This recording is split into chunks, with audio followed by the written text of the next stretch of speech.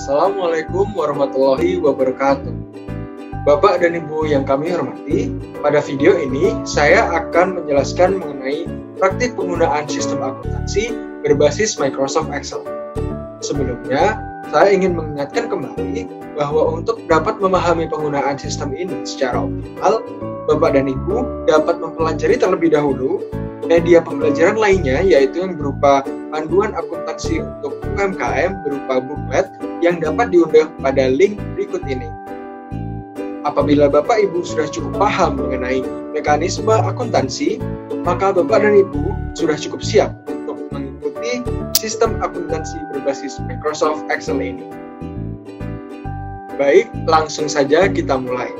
Seperti yang dapat Bapak Ibu lihat pada layar, tampilan ini adalah bagian home atau halaman utama dari sistem ini. Di sini, Bapak Ibu bisa memasukkan saja nama usaha, alamat, dan periode pelaporan yang sesuai. Mari langsung kita coba isi. Dalam contoh ini, saya akan memasukkan nama usaha UD Makmur Jaya sebagai contoh.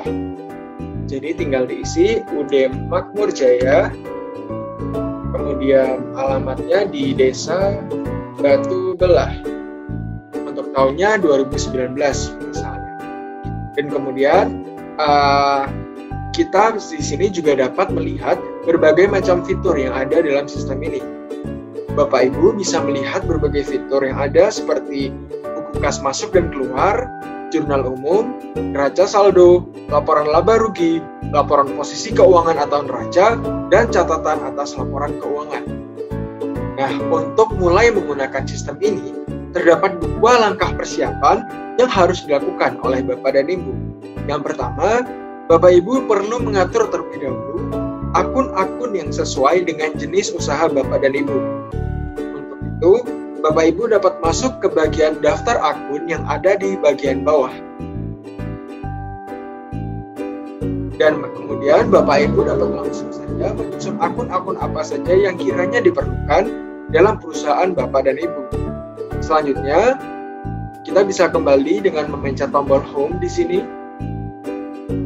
Hal kedua yang harus dilakukan oleh Bapak dan Ibu adalah mengisi saldo awal dari setiap jenis-jenis akun-akun yang tadi sudah disusun. Nah, untuk itu, Bapak Ibu dapat masuk ke bagian kotak warna kuning, neraca saldo. Nah, di sini Bapak Ibu dapat mengisi saldo awal dari setiap jenis akun aset, liabilitas, dan ekuitas yang telah disusun pada kotak di area putih. Ingat, saldo normal untuk akun aset adalah debit, sedangkan saldo normal untuk liabilitas dan ekuitas adalah kredit. Berikut adalah saldo-saldo awal aset, utang atau liabilitas, dan modal atau ekuitas yang sudah saya masukkan. Jangan lupa untuk memastikan bahwa saldo awal yang Bapak Ibu inputkan telah mencapai jumlah yang balance atau sama. Di sini 17.200.000 misalnya. Barulah kemudian Bapak Ibu dapat berlanjut pada proses selanjutnya. Berikutnya, kita akan masuk pada melakukan catatan atas transaksi yang terjadi. Di sini terdapat dua jenis transaksi atau dua jenis pencatatan yang diperlukan. Yang pertama, ada buku kas masuk dan keluar, serta yang kedua adalah jurnal umum. Di sini ditunjukkan oleh kotak warna merah. Nah, buku kas masuk dan keluar digunakan untuk mencatat segala macam transaksi yang mempengaruhi pertambahan atau pengurangan kas. Sedangkan transaksi lain yang tidak mempengaruhi atau tidak melibatkan kas akan dicatat pada jurnal umum. Untuk masuk ke fitur buku kas dan masuk dan keluar, Bapak dan Ibu tinggal mengklik saja kotak yang berwarna merah bertuliskan buku kas masuk dan keluar. Kita klik. Nah, setelah itu, Bapak dan Ibu dapat memasukkan transaksi yang ingin dicatat. Untuk sebagai contoh, saya akan mengasumsikan bahwa terjadi penerimaan kas sebesar Rp1 juta sebagai akibat dari penjualan tunai. Maka pencatatan dibutuhkan adalah sebagai berikut. Yang pertama, masukkan tanggal transaksi di mana transaksi tersebut terjadi. Misalnya 1 Januari 2019. Kemudian, tulis keterangan transaksi, masuk atau keluarnya kas. Jadi misalnya karena ini tadi penjualan tunai, maka ditulis saja penjualan tunai tanggal 1. Baik. Kemudian karena ini merupakan suatu pemasukan, maka dicatat di sebelah debit. Apabila nanti transaksi ini mengurangi kas, maka dicatatnya pada bagian kredit. Tadi asumsinya kita menerima penjualan tunai sebesar 1 juta rupiah, maka kita akan mencatat 1 juta rupiah pada kolom debit.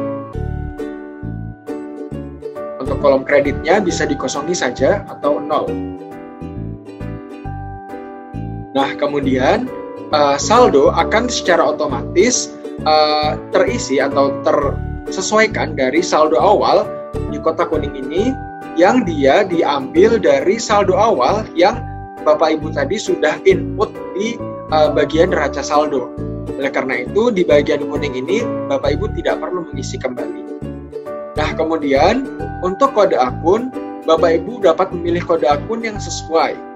Nah, karena pemasukan ini merupakan pendapatan, maka kode akun yang sesuai bisa kita pilih dari list yang ada di sini.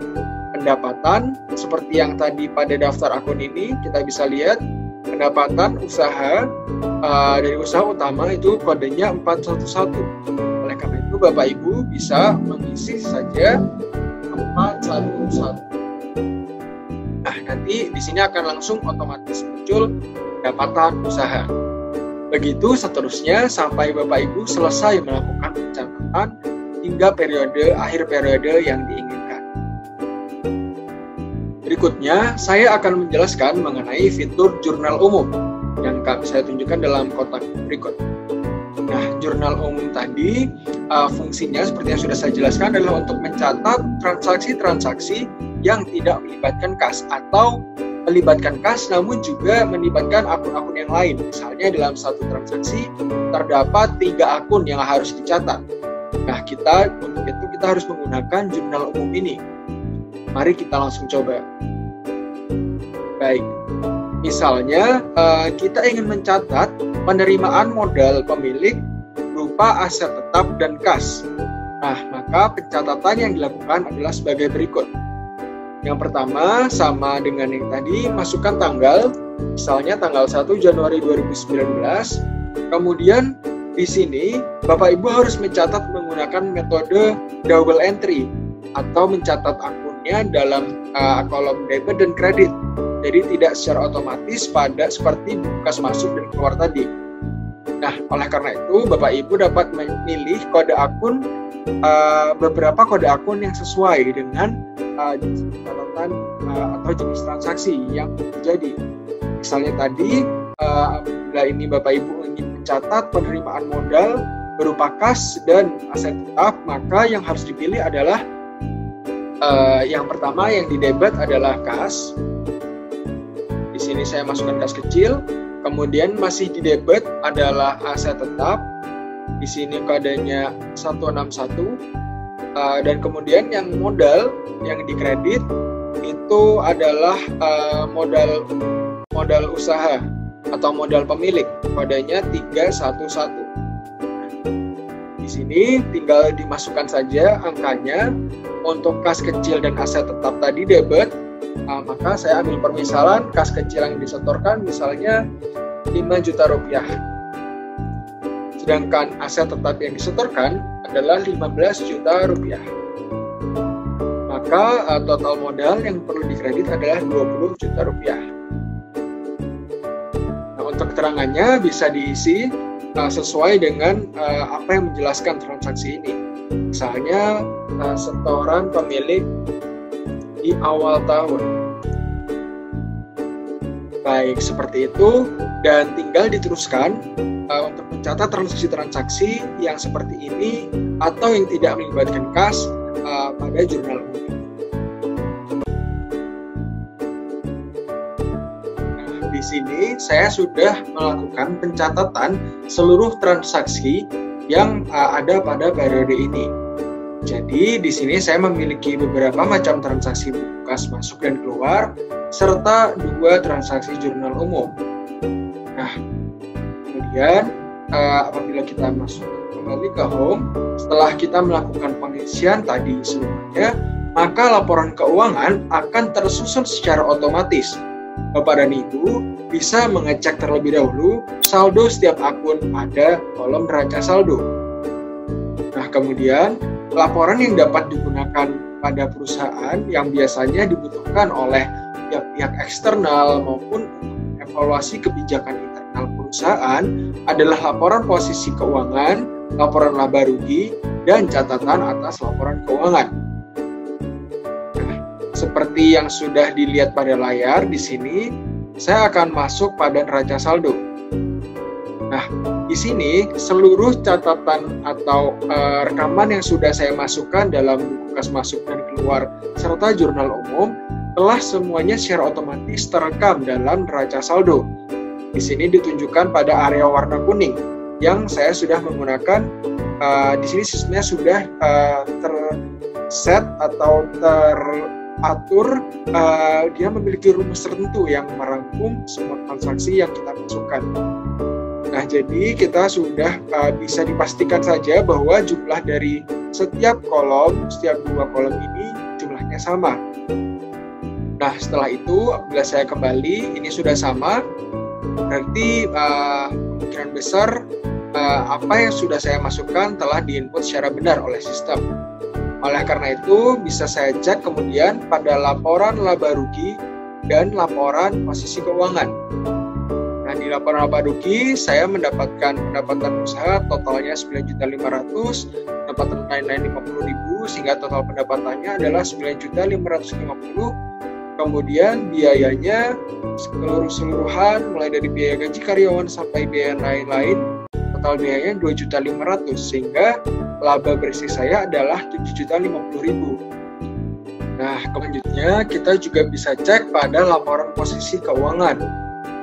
Nah, di laporan posisi keuangan, kita juga bisa melihat rincian aset-aset yang kita miliki dan kemudian utang beserta modal, yang mana kedua kolom ini akan mencapai nilai yang seimbang, yaitu Rp44.250.000.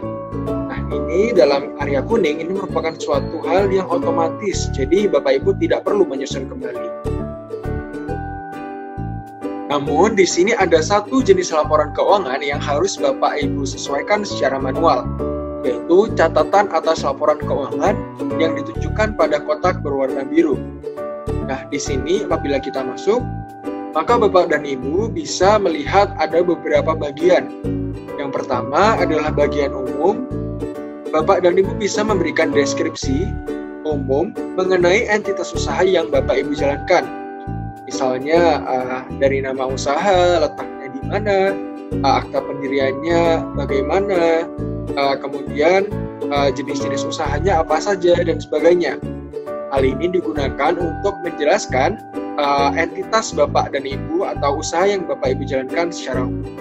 Kemudian di bagian kedua, Bapak dan Ibu dapat menjelaskan rangkuman kebijakan-kebijakan akuntansi yang Bapak Ibu ambil dalam usaha ini.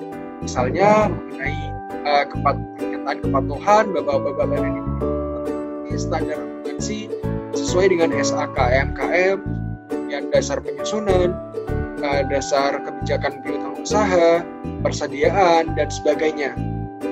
Nah, pada bagian ketiga dan seterusnya, Bapak dan Ibu bisa menjelaskan atau memberikan informasi yang lebih rinci mengenai informasi akun-akun yang Bapak Ibu miliki. Misalnya kas dan setara kas, piutang usaha, biaya dibayar di muka, dan seterusnya.